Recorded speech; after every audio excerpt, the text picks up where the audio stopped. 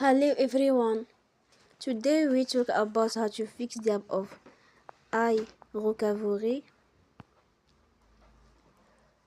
We will go to settings,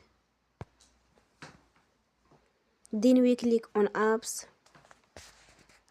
After that we will search the app iRocavery and we click. Then we will on for stop. After that we go to storage. Then we click on clear cache.